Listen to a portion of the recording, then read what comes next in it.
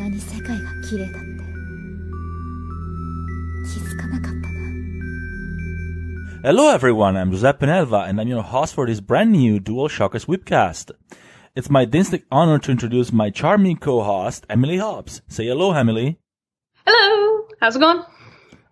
I think everything's going pretty well. At least you were talking to me, right? Not to the audience. That's not for you, that's for our adoring audience. Adoring. Alrighty. Yeah, she's already crazy. So she's fairly new at DualShockers, but after a long period of careful selection, she turned out to be the best candidate for this role. Her weakness is, passable. Right? That hurts, man. Yeah, that hurts me. I didn't really mean to hurt, but that's the truth. So, what is this all about? You may have noticed that the DualShockers will do like Japanese games. We like them so much that we realize that we don't really talk about them enough. This is our time to make up for it. So, when I joined DualShockers several years ago, I've not always been a DualShockers for my whole life. About 80 years ago when Giuseppe joined DualShockers. Yeah. Contrary to popular belief, the site already had a solid base of Japanese coverage, thanks to our former review editor, Chad Okerman, which I will really miss. But he's still there somewhere, probably still reading us, hopefully. Otherwise, if there wasn't that much Japanese coverage, I wouldn't have joined at all. Because I'm a weeb. Alongside many others on the staff, we tried to make sure that our site could be a place where our readers could be as weeb as they like, and be absolutely proud of it, as we are. And I think so far we succeeded at that. We still have a way to go to be perfect, but we try. We definitely try. So this is the basic idea behind this podcast. We're going to geek out for half an hour or a little bit more on all things Japanese, and you're going to love it. Better. So basically, we're going to start very simply. A very simple structure of our podcast is going to be like this from now on. We're going to talk about what we played and what we watched in anime-wise, like what we played in games, of course, and what we watched for anime during the week. The podcast is going to be weekly, if it wasn't clear. And then we're going to talk about the main theme. Today is going to be Yoko Taro, the genius. Woo! And we love him. And then, lastly, we're gonna finish with like the main weekly news for Japanese games and all. So let's go right to it because we don't have that much time. So Emily, what did you play this week?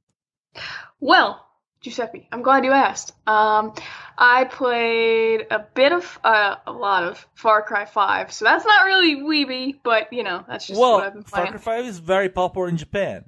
It is, yeah. Just today, we heard that it sold over 90% of the initial shipment on retail. It was the best seller on the PSN for the week in which it launched. They actually beat on the PSN the new Super Robot Wars, which is for a Western game quite a feat. For a Western game about the U.S., literally in a setting, that's really amazing.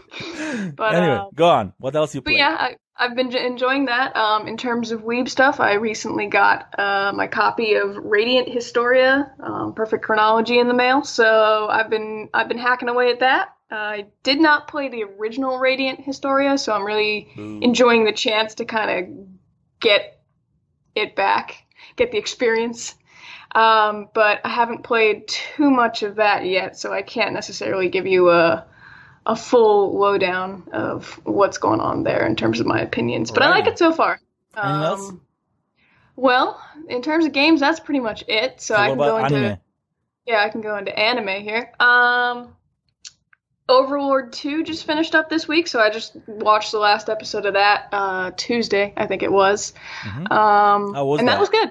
It was good. It was really solid. If you liked the original Overlord anime, or if you like the light novels or whatever, you're gonna like this. It's the same thing. But it's very well done. Animation's pretty. It's that isekai trapped in an MMO world kind of thing.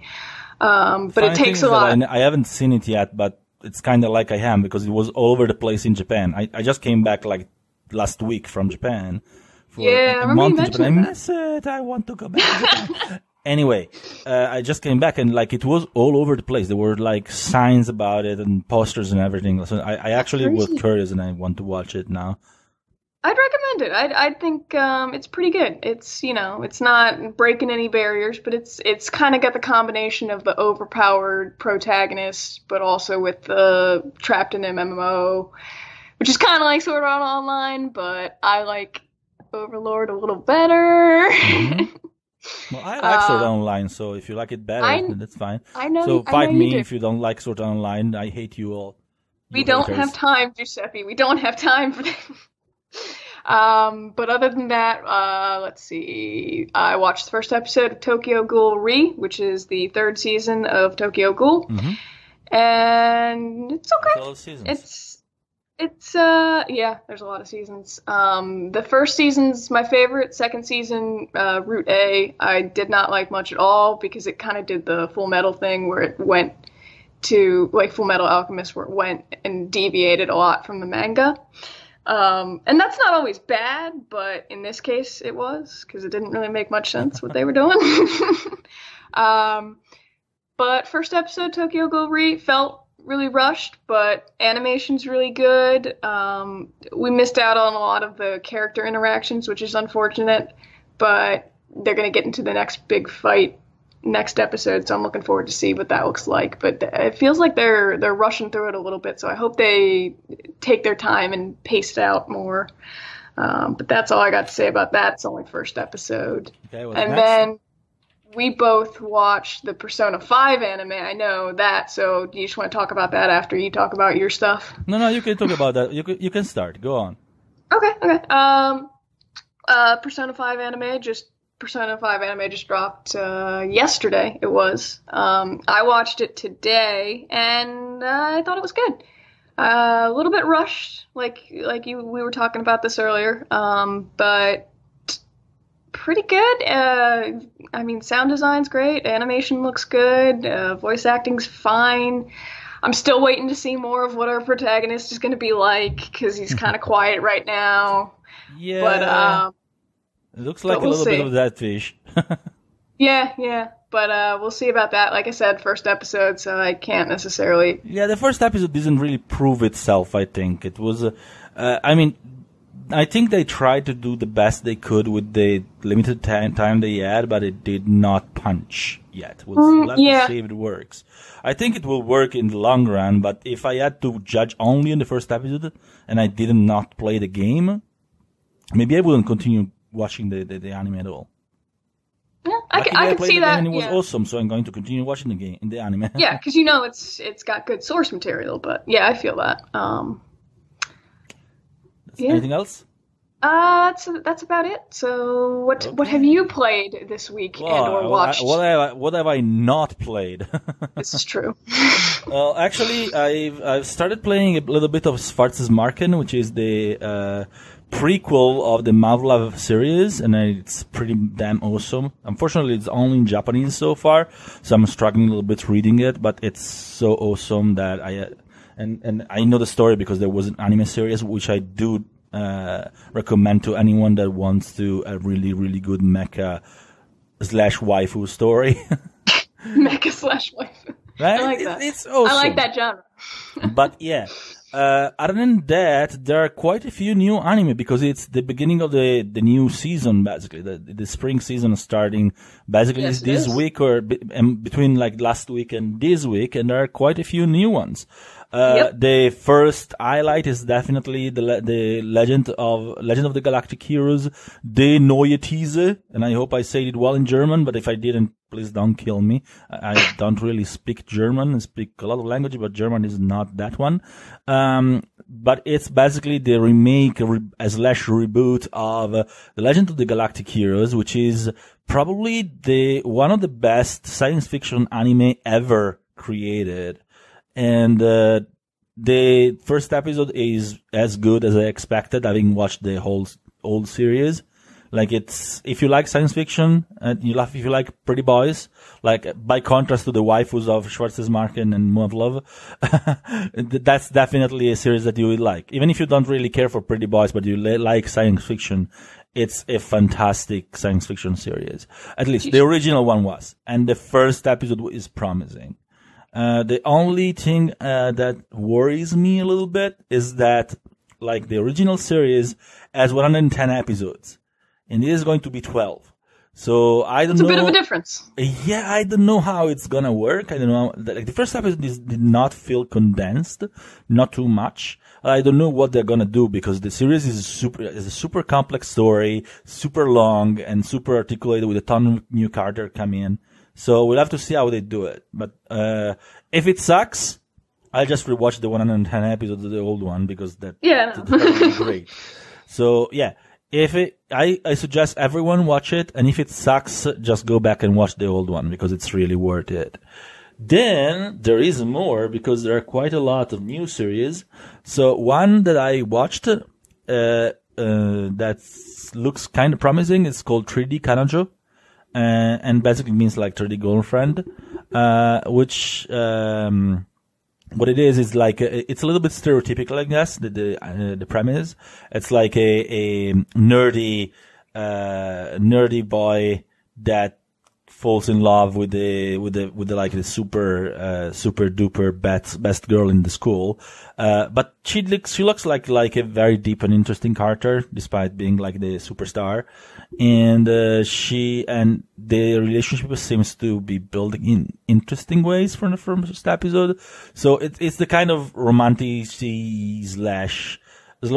anime, but still shonen, not shoujo. So it really depends a lot on how it will build and how it will be managed to get out a little bit out of stereotypes. But it seems to be a little bit like cute. There's a cute style, cute art.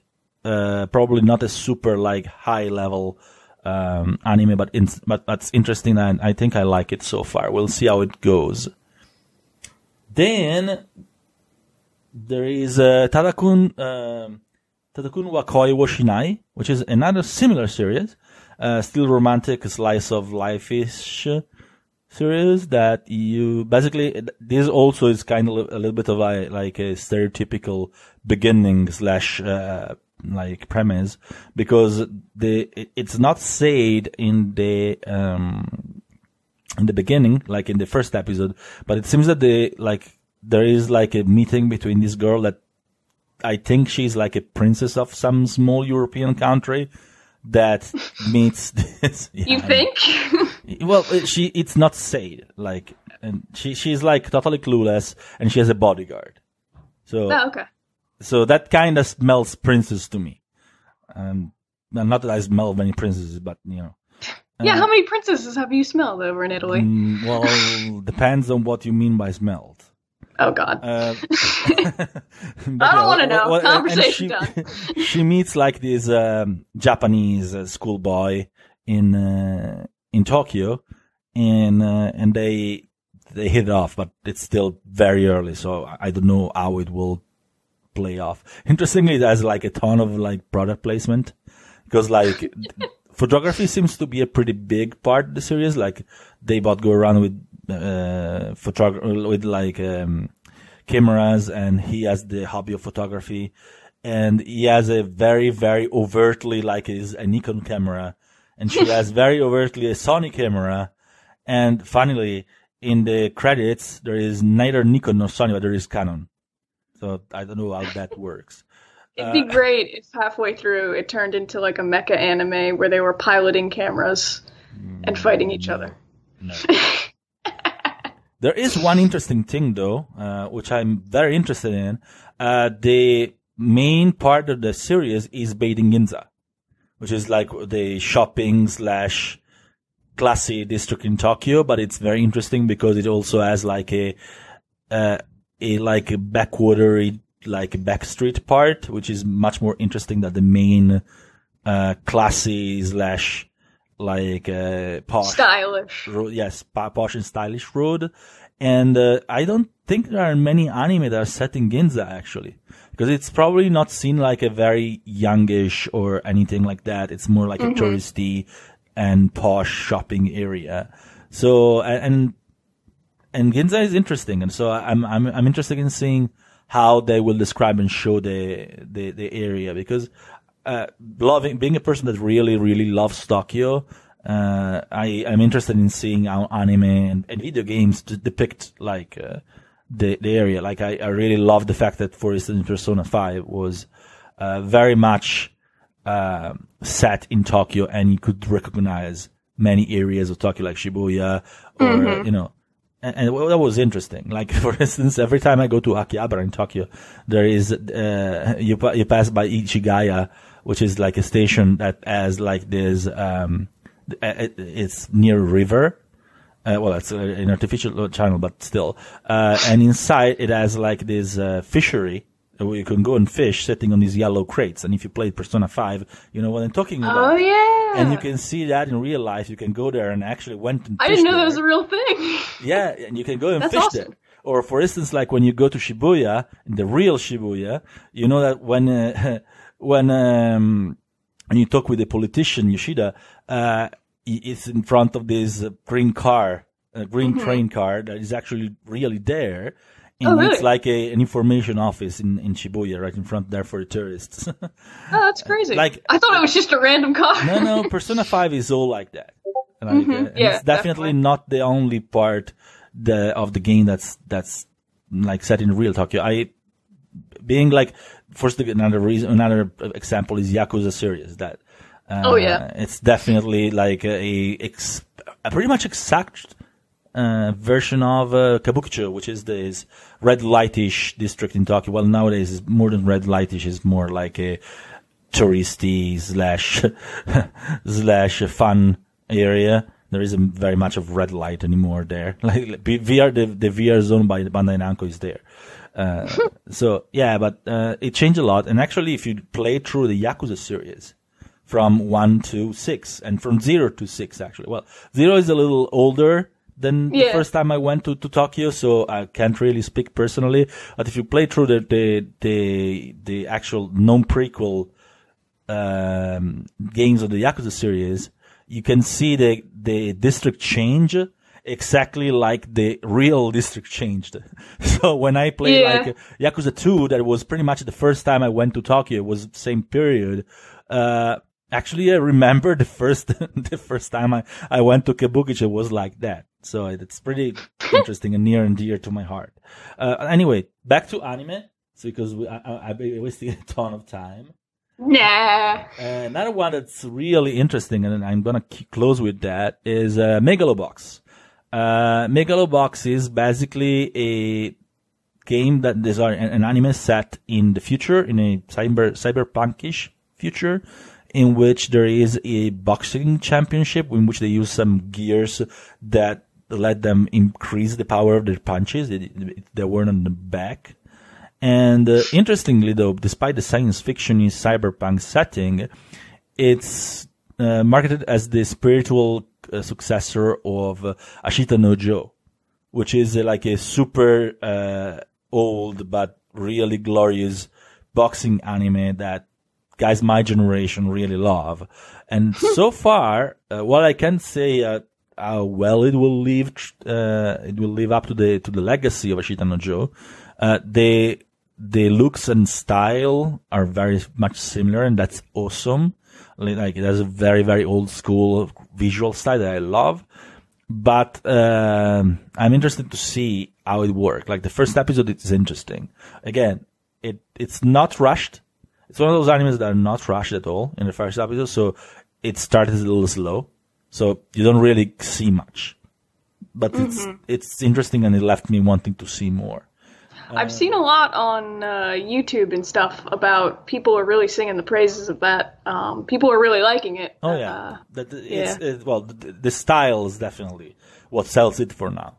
So we'll see how it goes.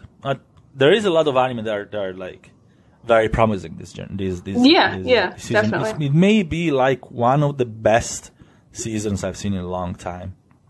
There is a new Sword Art Online that has no Kirito for this time around. Oh yeah, I saw that. I was like, no Kirito, maybe I'll watch this one. I like Kirito. I mean, it's a bit like a womanizer, but black swords.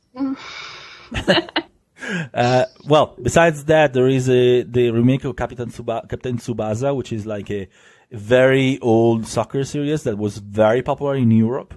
I don't think they even aired it in the US, but in Europe it was super popular back then. And this is the remake, so that's pretty interesting. And I think then My Hero Academia's got a third season. I didn't get that much into it. I didn't either, but I think it's very popular. Well, there is also news. I think there is some new episode for like Seven Deadly Sin or something like that. Oh yeah. And also there is the new series of Full Metal Panic, which is like Full Yeah, I Metal heard Panic about is it. my anime series, one of my It's yours. favorite ever. You own it. Yeah, You I possess own it. It is I yours. possess it. Yes. Well, besides Fumofu, like Fumofu did not happen. That's not Full Metal Panic, but We don't the talk other two about it. series are my favorite. So yeah, that's it for anime, I would say. Unless you have anything to add.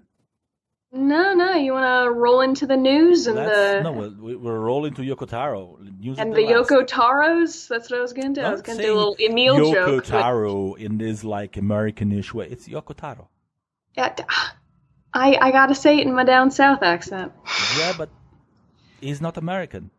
Yoko Mataros. Okay. My Toko Yaros. So Yoko Taro, Mr. Yoko Taro, which probably you guys will know as the creator and director of Nier Automata and Nier. And if you don't know, get out. And Drakengard and Xenovalich, which no one knows about, but well, some probably do, but it's basically a new. If you speak Japanese, you might. Yeah, well, I played this pretty good, but let's talk about it later, maybe. So he recently had a panel. Well, yesterday, he had a panel at PAX Pretty East, recent. and on top of the panel at PAX East, we interviewed him as well. Alongside is the composer Keiichi Okabe, which I really adore. His music is fantastic. It is. But yeah, Yoko Taro had this panel, and we also interviewed him as well. The interview was out today, like actually just a couple of hours ago. Jordan was there presenting the question, and I may have added and in writing those questions, but yeah. One or two of them maybe One or Giuseppe two questions. of almost all of them. Anyway, so basically the thing is that we interviewed him and it was great. Well, besides the fact that like half of the question he said ask our producer Saito, because he's the one pulling the screen from behind the scenes. That was funny. Yeah. Actually. And Saito-san unfortunately was not there, so the funny thing is that the questions were prepared on the idea that Saito would be there as well. So that's why. But it was really interesting because there are a few things actually. Yoko Taro himself said that he may be thinking about a new IP.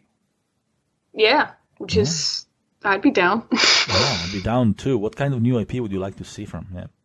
I genuinely don't know what would go on in that man's head, and I don't want to hesitate to guess. I mean, I know he was talking about a lot of fans are interested in seeing what happens with the Nier franchise or the Drakengard franchise, but if we're talking like completely new IP, I don't know, man.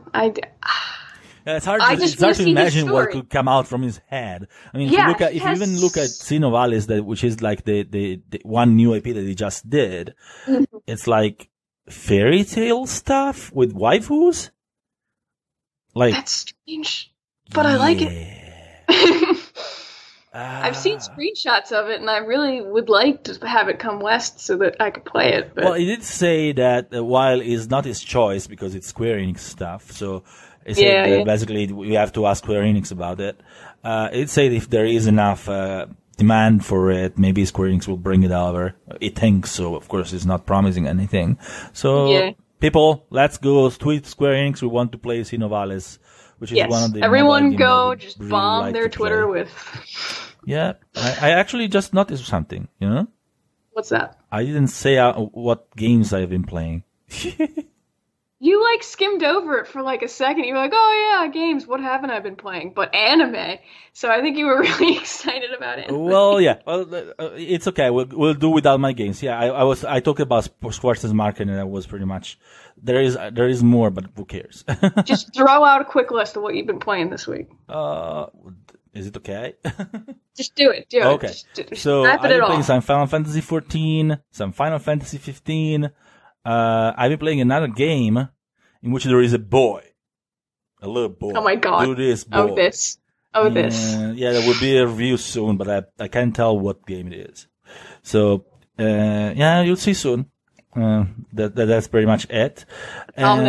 And then there is what else? I've actually played a little bit of Nier Automata earlier today, just because nice. I wanted to.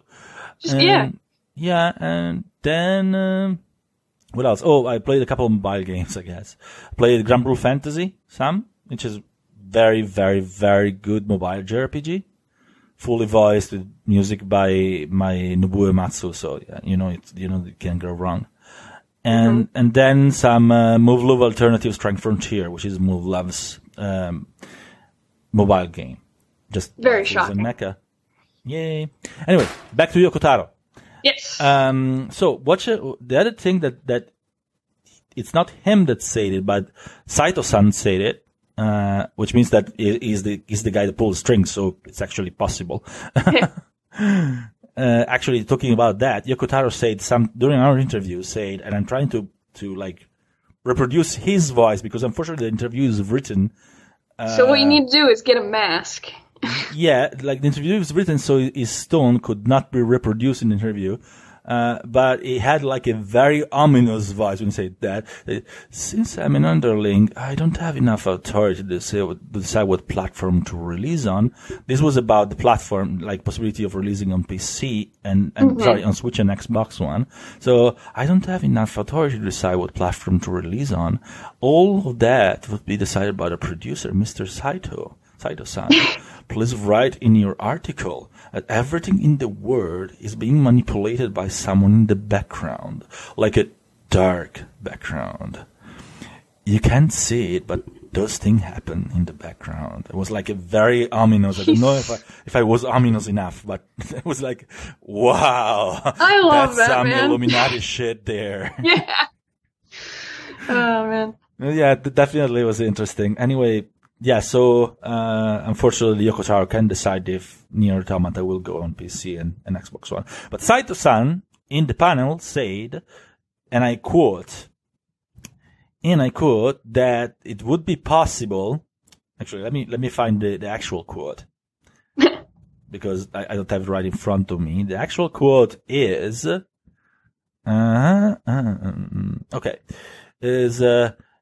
might be possible to open another door in the Nier universe.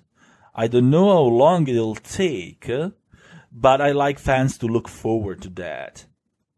Ooh. Yeah, he wouldn't say that if there wasn't something brewing going on in the dark background. in the dark background, if there wasn't something going on. Yeah, I don't think it would tease if there wasn't some plan. Maybe we don't know if it actually happened because games are planned all the time, and some of them don't go through. Some of them don't go through before they're even told to the public. Actually, Yoko Taro said the same, like in the interview when he talked about the new IP, he said that there is a high possibility that it won't work at all. So we may not, we never see that new IP, you know? When scalebound. Yeah, no, that's not good. Please don't touch that. I know. Don't touch the scalebound button. I know. Yeah, I was like, one of my biggest regrets as a gamer is that I was like this close to actually playing the demo that was being shown around because I was looking behind. I was watching it behind closed door with Kamiya-san and all in various meetings, like actually twice for 2 games coming in a row. And I was this close to like make grabby hands and grab that controller. But unfortunately, I knew that Kamiya would have blocked me on Twitter if I grabbed it for real. But one of my biggest regrets as a gamer is not having been able to actually play that. So, and anyway, go back to Yoko Taro. Before I start getting like really, really sad about it. Really emotional. Yeah. Anyway, the interesting thing is that Yoko Taro may actually be working on two things, if you think about it. Maybe working on this new IP that he's been saying that he's been thinking about it. And finally, he said that normally he does not think about things about new IP because it doesn't really, it lives day by day, so it doesn't really need to think about stuff like that.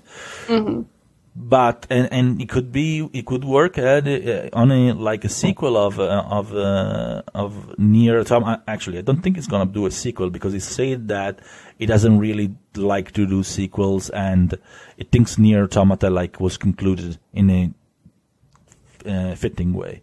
So maybe it's just gonna be another game in the Nier universe that's not going to be a direct sequel to anything. Like the Nier Automata was not a sequel to the original Nier. Not a direct sequel. Yeah, not really. It was in the same universe. Yeah. So there could be something else in the universe, and also they say open another door in the universe. Which is honestly possible. That could mean a lot of things. Yeah, I don't know how liberally that was translated because I actually honestly did not listen to the Japanese because I was busy writing the article. You were too busy being excited about it. I was writing the news article about it. Oh my. Yeah, I wasn't like everyone else just enjoying the panel and relaxing. I was working. Oh my god. But yeah, anyway, it was I'm interesting to see what it would do. I don't know if I'm more interested in the new IP or something else in the Nier universe. What about you? I'm on the same boat as you. I mean, the thing with Yoko Taro is that you just don't know what he's going to come up with. I could not claim to know what that is in that man's head because I can't see his head because it's underneath an Emil mask. But yeah, but I mean, I actually think I saw him once in person, physically. Yeah, because there's a picture of him on the internet, but yeah, but that's old. Yeah. But who knows what could have happened in the years since then? I think I saw him once because I was at an event and he was and it was this person with Saito-san and Okabe-san, and and I think it was him because I had never seen him again. You think he just goes incognito without his mask and no one knows? Yeah, well, of course. I mean, obviously he goes around without that mask sometimes, you know. No, he always has the mask on. No, he doesn't. Yeah, he has to. He doesn't. He sleeps with it. No, he doesn't. Well, in the event, in the panel, he actually pulled out his neck bar from his mask. Oh, yeah. It was like 3 days old. That was kind of disgusting. But, no, it was great. Well, I mean, that man is a gem. You have the right to find charming whatever you like. I mean, who knows what ladies find charming in this world. I've given up understanding that. It's a million different things, man. I don't even know. Well, I find him charming, to be honest. He's a beautiful man. I would like to have Yoko Taro Daimakura, those body pillows. Yeah. With the mask and nothing else. Yeah, that's fine. I have a big man crush it'd be on weird him, so I'm the mask. fine. Yeah. Totally not weird. Yeah. Totally not in weird ways. Absolutely not. No. But getting back to possible new IPs or possible near sequel. I would really like the Yoko Taro body pillow. Yeah. Well, yeah. I mean, you can have one. I'll find one for you. I will get someone on that, and I will get one shipped to your house. Okay, thank you. Okay, that was totally not weird. Okay, let's go back to and some other things interesting that he said in our interview, because he did say quite a few interesting things. For instance, he said that this one is a spoiler, so I'm not going to say it. Why do people like 2B? Well, that's interesting because actually both Okabe-san and Yoko Taro responded about that. For some reason, I can't really call him Yoko-san. It's Yoko Taro. I just can't call him Yoko Taro. I know it's kind of rude. Yeah.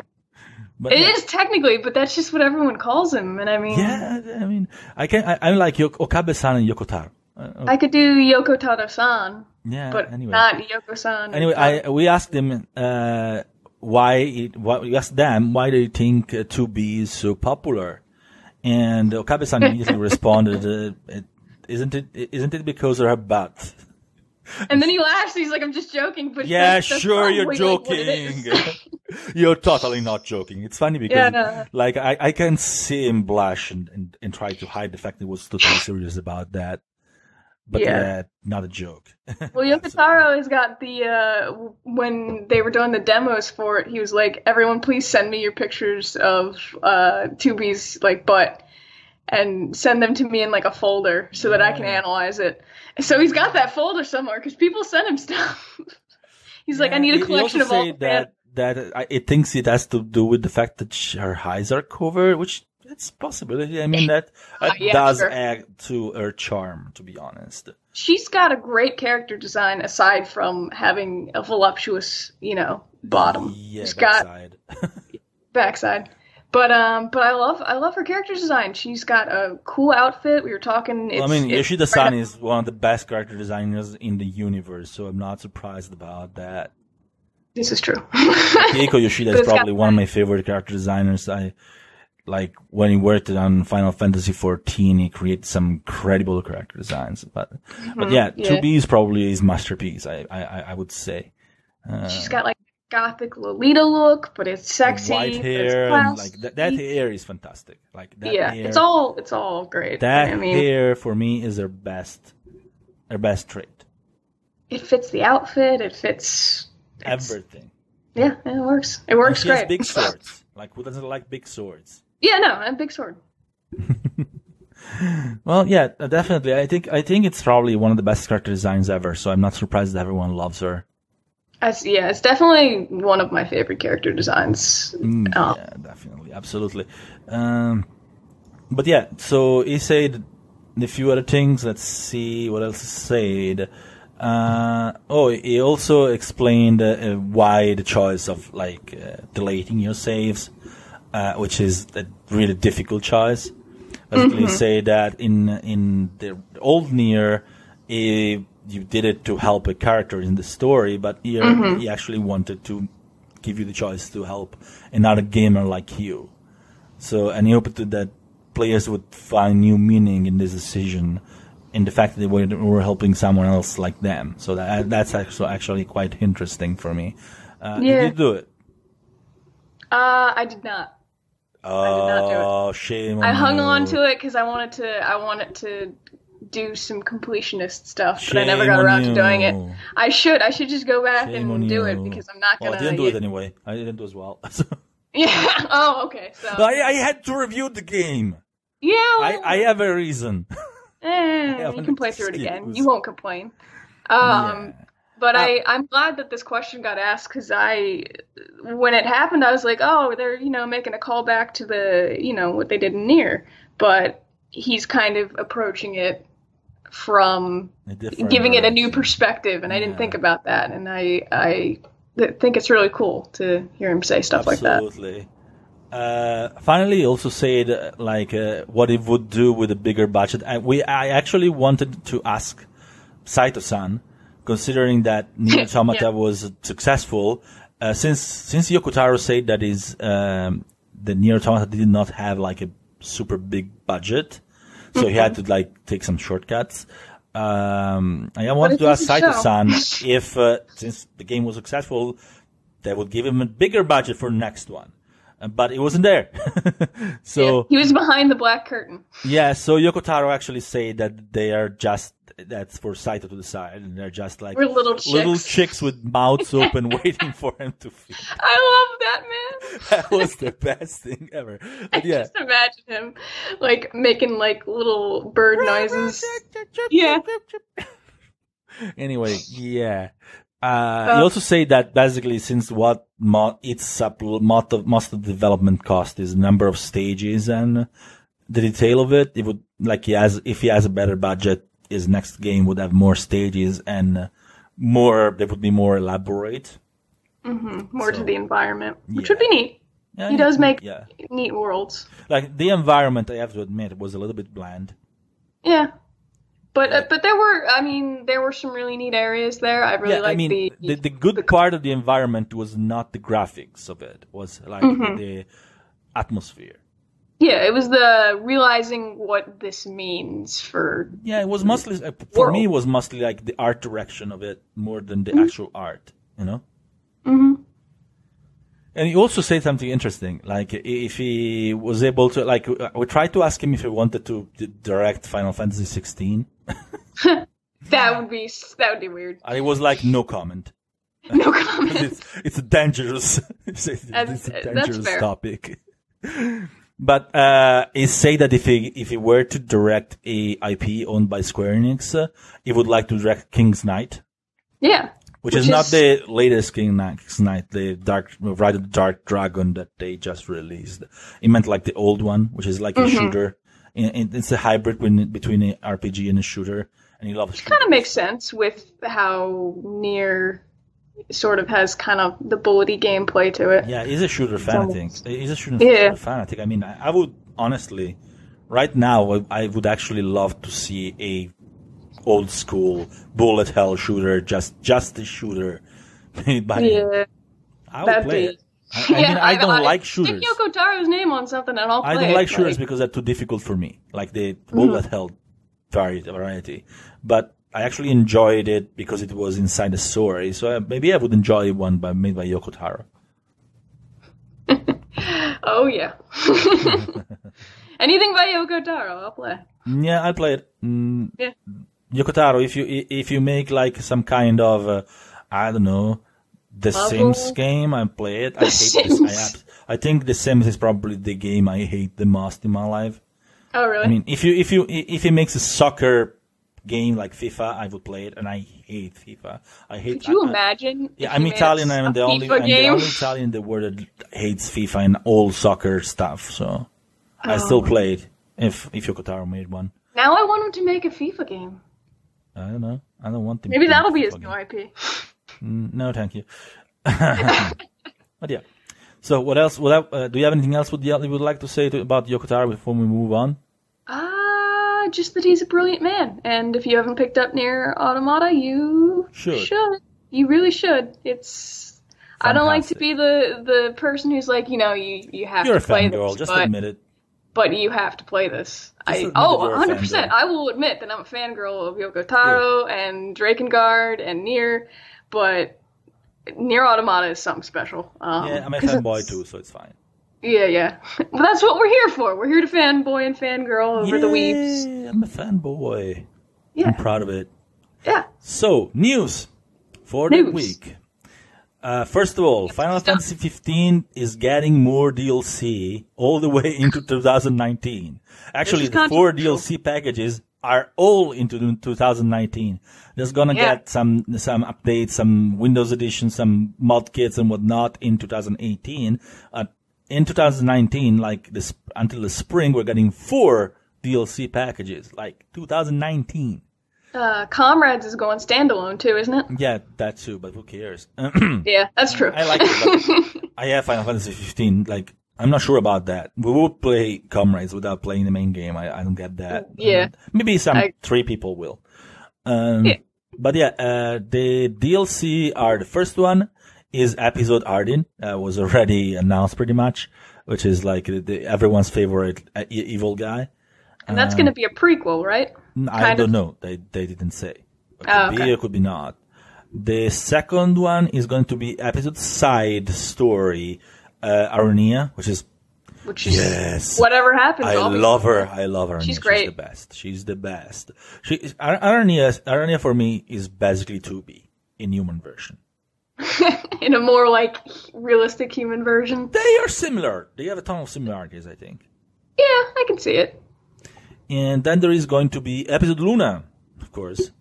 Which will be neat, yeah. It was about time she got a little bit of airtime, to be honest. Yeah, she needs a little bit more play.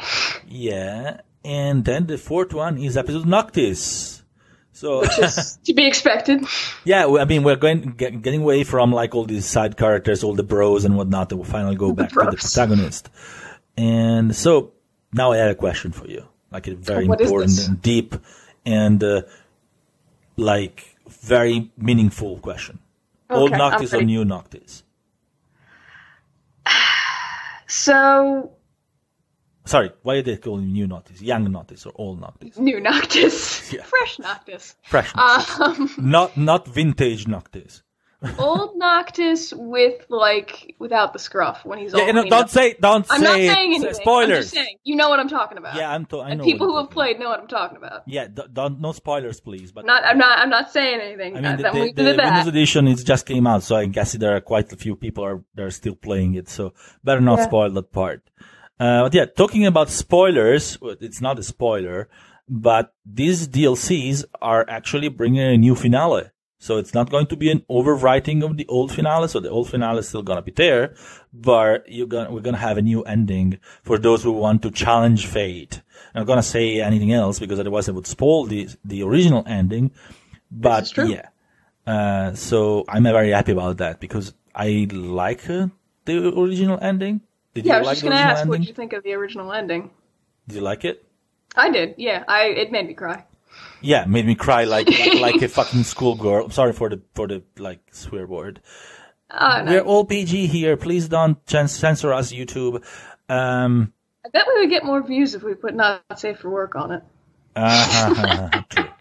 But yeah, the thing is that I really cried with that, and I'm not gonna say anything else. Like a baby. Yeah, but honestly, We'll leave it at that. But it was that kind it's of ending made me want some. Even if I like it, I want another ending. Yeah, it doesn't discount the old ending. It just adds another option. Yeah, and I believe really want episode to see another route. It's like visual novels. Yeah, exactly. I want It's my harem route. Or Yoko Taro games where they have I multiple want my endings. harem route. Yeah, I'll take the harem. I want my Oh, cake God. and eat it. Oh man, how many Cindy's can you collect? Sorry? How many Cindy's can you collect on How this did you call her? path? Oh man, That name did not exist. It did not happen. Her name is Sydney. it is. It really that pissed me off when Me too, I but why? found out I don't get that. I was like, why? Anyway, yeah. So Final Fantasy 15 new DLCs. We're gonna enjoy them. There have been some big meltdowns in the. There's been a comments. lot of controversy about it in our I don't care. comments. Yeah. Yeah, I love it and I want more. Personally, I think it's a great thing. I mean, and I don't think it's going to detract from, Yeah, people say, oh, Yeah, they the didn't finish the fantasy. game. They're gonna make it. They finished the game. The game is finished. They're just supporting it more.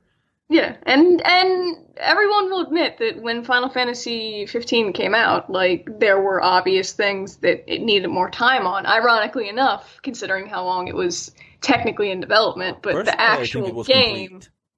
yeah, there were parts that needed more fleshing out, and I respect them for doing more fleshing out of the game. I think the part that needed more fleshing out that it's not in the DLCs. They just did it in as free updates. I Yeah, think the as DLCs updates, are which is just great. more stuff that Yeah. they're great. I think the only DLC I did not enjoy that much was episode Gladio, I think. Yeah.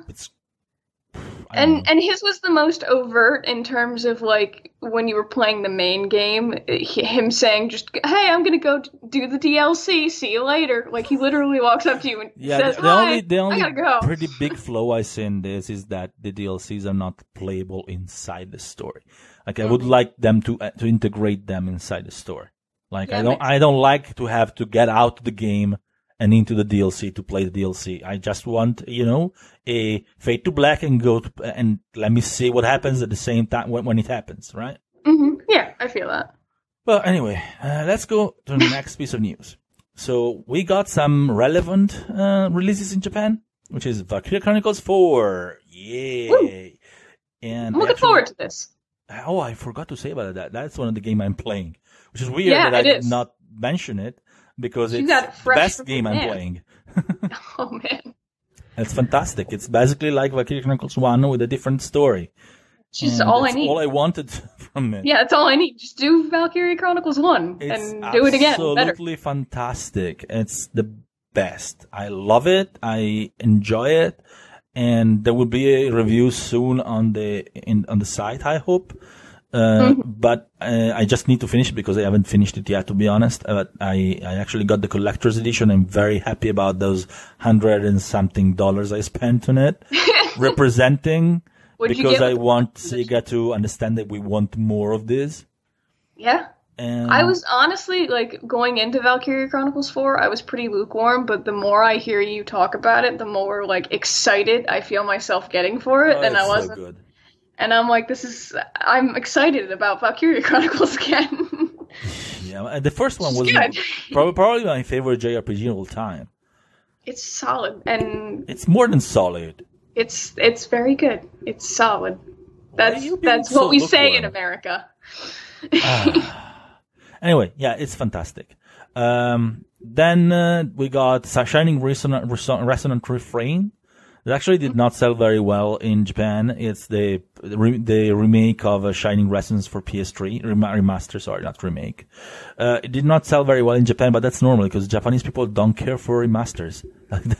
That's a reality. Japanese people really do not care for remasters. They don't sell unless they are really super big or like super new, like actual full-fledged remakes. Like Secret of Mana did decently. But that's a full-fledged remake, not a remaster. But yeah, actually, but we're getting in the West, and I hope it sells better in the West because the Shining series, I like it, and it has Tony Takai, and I love his character design. Yeah, the character designs are neat. Yeah, and then there was Ni no Kuni 2. Did you play it? Woo! Silence. You did not play it, huh? No. You know this. Well, actually, I just started it, so I haven't played it. I haven't played the first one. I have brought shame to my family. Yeah. Well, you're young. You still have time you still have time to make up for it. I just don't have the money, man. No, it's fine. We're not a rich site. One day we'll make more money, so you'll be able to. Yeah, I gotta get those sweet DualShockers bucks. Yeah. So, next one, SNK Heroines Tag Team Frenzy has a release date on September 7th. The same day as Spider-Man. Which is an interesting choice. Why would you do that? That's crazy. I don't know. I don't have an answer for you. I can understand. Okay, I can understand. Dragon Quest 11, they announced the release date, that's the next piece of news on September 4th, and then they announced Spider-Man release date on September 7th. So Square Enix was kind of screwed about that. But SNK actually announced the release date of SNK Heroines after Spider-Man. Yeah, and they're like, no, September 7th. That sounds fine. Same day. Does it? Yeah. Okay. Well, anyway, if you love your waifus, and I do, September 7th, there is more than Spider-Man. Spider-Man is not. There's Spider-Man and also this heroines thing. Yeah. Dragon Quest 11 now has a Western release date on September 4th. Yeah. 3 days before Spider-Man. Which, and a few days like after you said, Yakuza they were 6. kind of. Sorry, Yakuza Kiwami 2. Ooh, I love you. So it's a bit crammed in the middle. Yeah, it's going to be a good month for JRPG or Japan games, anyways. And today we heard that it won't be censored in the West. We won't have any censorship because Dragon Quest games have a little bit of. They don't have an history of censorship, but they have some like alluring elements, like the puff puff thing and stuff like that. But that will be included. So. We got it today. We actually have a full interview that are going to go up either tomorrow or the day after tomorrow. And, we have some, good information about like the English voice acting. We have quite interesting stuff in it. So you will enjoy it. You will enjoy it. You will. You have no choice. Or Giuseppe will find you and he will, I don't know, do something. Yeah, they also told us why the Switch version will take a long time. But actually, that's already on the site as a piece of news. And we did get confirmation at last that the Switch version is based on the PS4 version. So yeah, it's not going to be like the 3DS version or anything in between. It's going to be based on the PS4 version. So yeah, and I would say that for now, with Japanese news, we are done. There are more, but we are way over time. We're in 56 minutes. Yeah. Sorry about that. So let's see. What do we got coming out? We got an interview tomorrow. Well, tomorrow is going to be today when you actually That's true. Listen to this. Actually, yeah, I said tomorrow a lot of times, but it's gonna be today. Don't date the podcast. Unless something happens, it's gonna be today. We're gonna have a video interview with Koki Yoshimune that I did in Tokyo. He's the creator of Mavlov. And that's very interesting. He talks about the future of Mavlov and a few other interesting things. And you know how much I love the Mavlov series. And if you don't love the Mavlov series, you should. Because it's awesome. But, it's going to be a video interview, and you've got some video really... interviews. So you're going to hear more of my sweet, sweet Italian accented word. Italian accented word. I like that. Yes. And you hear Koki Yoshimune and his Japanese accent. Yeah. Speaking in Japanese. Because he's Japanese. That makes sense. Yeah, definitely. It's all coming together. Yeah. And we're also gonna have a giveaway. We're gonna give away 10 copies of Mavlov and 10 copies of Mavlov Alternative. So we're gonna have 10 packages with both games. So you can have the old main saga. And, we're gonna have a giveaway on the site. It's gonna go out at the same time as the interview, so don't miss it if you want to play it. And you want to play it. I just imagine you getting out the hypnosis tricks and being like, "You want to play the Mavlov?" Well, it's honestly one of the best visual novels ever, and probably one of the most underrated games ever. Sci-fi stories, I know. It's absolutely fantastic.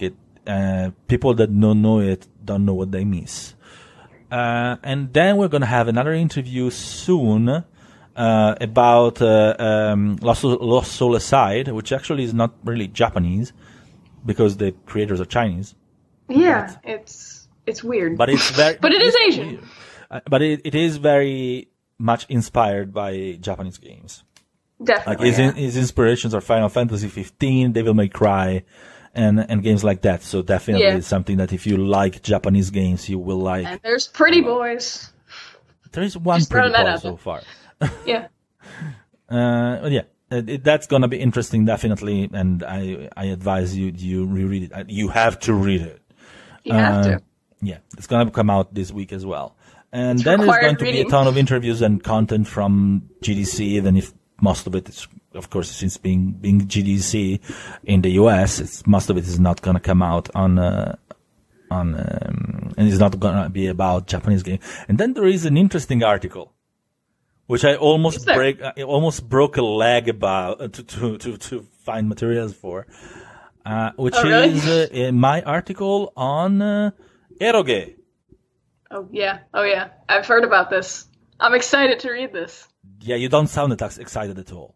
No, I am. There's excitement in my voice. I want to see how this goes. Yeah, basically it's going to be an article talking about the eroge market, which uninitiated people call hentai games. That's not exactly the right definition, but there's a difference. Yeah, there is a big difference, and I'm not going to spoil the article, but I was doing research on quote unquote Japanese shops, and there was this very, very quaint hidden Japanese shop with a stair, and I was taking picture from the top of the stair, and I just moved on, and I was I missed the last two steps, and I literally face planted.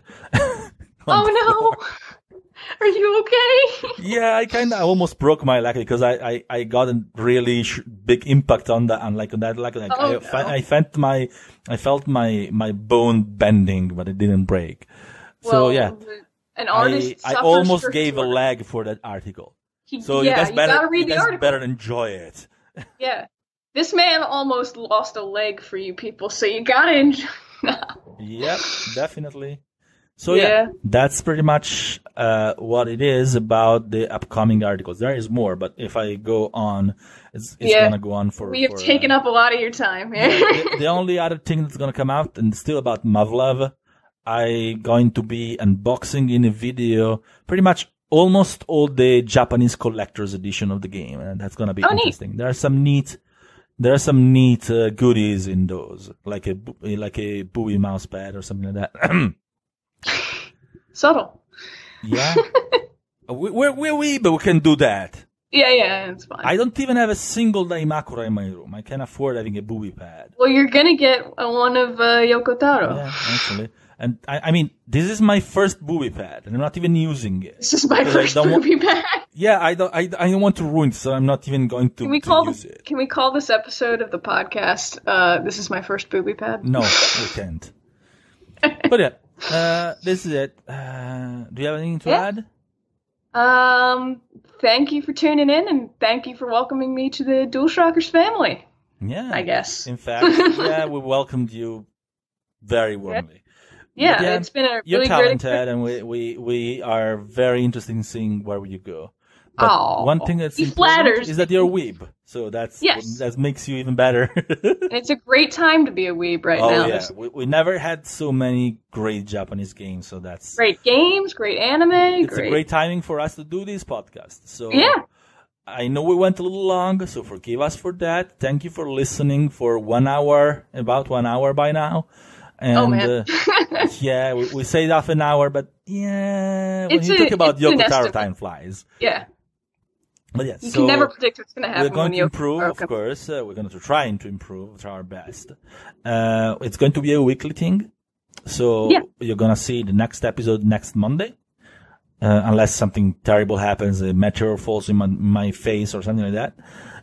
He falls down the stairs. Yeah, I fall down the stairs taking pictures in a for art eroge shop in Japan, but I'm not in Japan, so that's not going to happen. Yeah. So we're going to improve. So thank you very much for listening. If you enjoyed it, please like and subscribe. If you're on YouTube, because that helps us understand that you like what we do. If you have suggestions or requests, please write them in the comments. Either in YouTube or in the article that will accompany this podcast, and that's pretty much it. So thank you from me, and thank you from me, Emily. Hi, how's it going? Have a great week, people, and have a great time playing Japanese games. Bye. See you guys.